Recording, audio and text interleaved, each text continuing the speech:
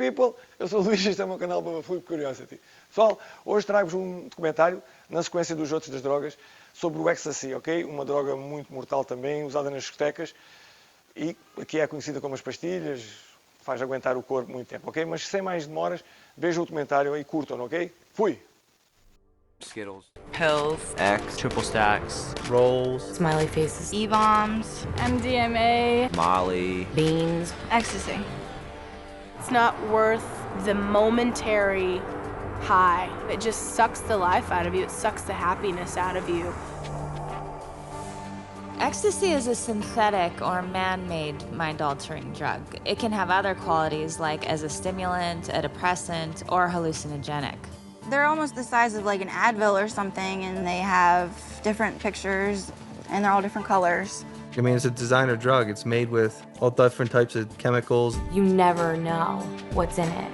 The facts are is that it's not just in nightclubs or raves anymore. It's in our own homes. Kids are taking it, and teenagers are taking it. Adults are taking it for fun. They think it's a recreational drug, and it's not. It's much more serious than that.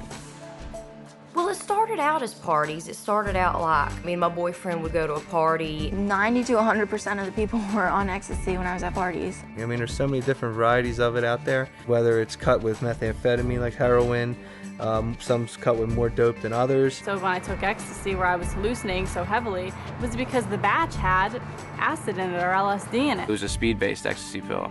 And I was so wired up, I had foam coming out of the side of my mouth. There's just so many things that play a factor in it. It's pretty unknown. I've been to raves and seen countless people taken away in ambulances. Just, you never know what you're gonna get in that pill.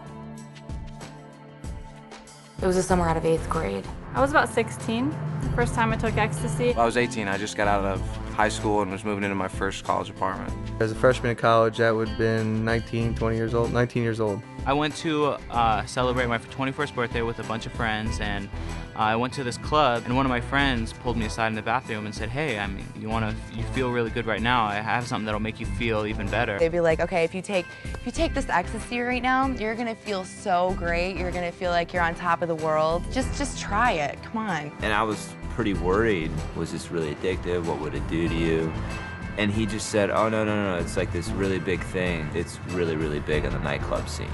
And it's not that bad. It's not like you get addicted to it or anything. It had a little dolphin stamp on it, and well, I thought, okay, this can't be bad. I mean, one small little pill, no big deal. So me and a bunch of my girlfriends took it, and we were partying all night long, but then the next morning I didn't realize what it had done to me because I was so depressed. It just sucked like all the happiness out of me. The next day I woke up and I just felt so bad.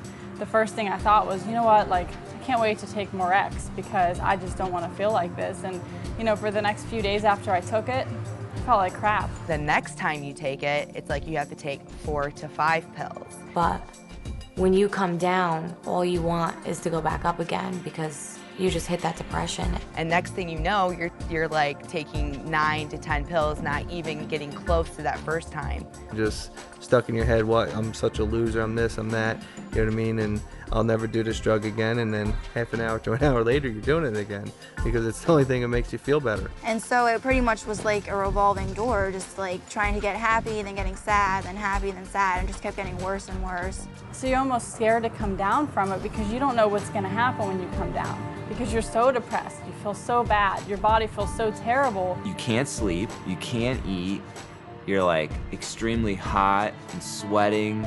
I was being up and down every day. My emotions were so dysfunctional, they didn't make any sense to me. I didn't know what was going on with my body. I felt like a different person. I felt, you know, I wasn't okay with myself. I felt like a different guy when I was on it. It just really warps the brain, and I think it changes a person's personality.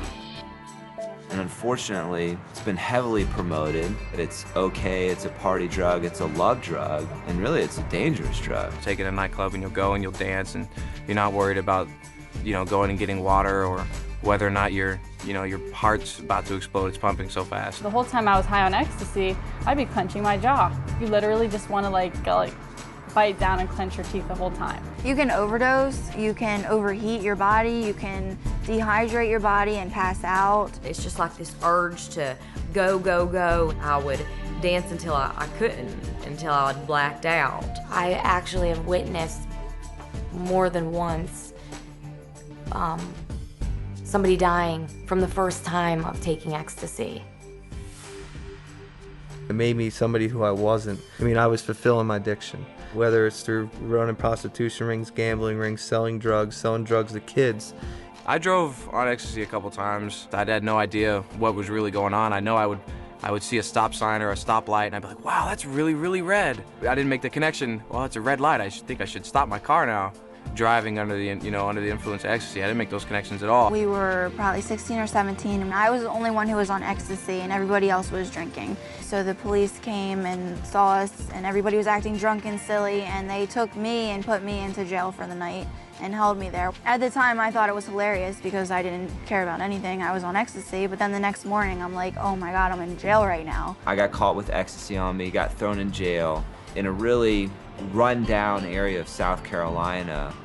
And I was on ecstasy and I was extremely depressed in jail around these really big guys threatening to basically beat me up. We went out to a club one night and I had taken, 2 or 3 rolls, and I got in the club and I started pouring the sweat. I ended up passing out and they had to throw me into a cold shower. I was passed out, but the people who worked in the club would drag me out of the nightclub because they don't want you to die in their club. So they'll drag you out to the sidewalk and leave you there until the ambulance comes in and takes you away. I blacked out for God knows how long and woke up in a tub of ice with my friends around me, the fear in their faces of not knowing if I was alive or not. And the craziest part about it is, in a situation like that, because drugs are involved, you don't know whether to call an ambulance or what to do because you have the fear of getting in trouble for it too. Basically, I could have died because they didn't know what to do. Ecstasy, that's such a new and designer drug over the last decade or so. They really don't even still know the long-term effects of it themselves because it depends on what type you're using. It causes brain damage, and when you have brain damage, that can cause effects on various things such as coordination,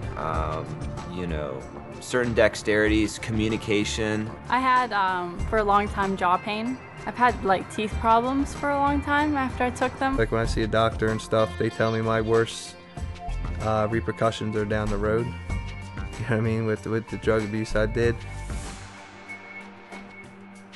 They didn't tell me that I was going to become very addicted to this. I was going to become extremely depressed. I was going to develop a, $200 or $300 habit a week on this stuff. That I'd have to go to rehabs.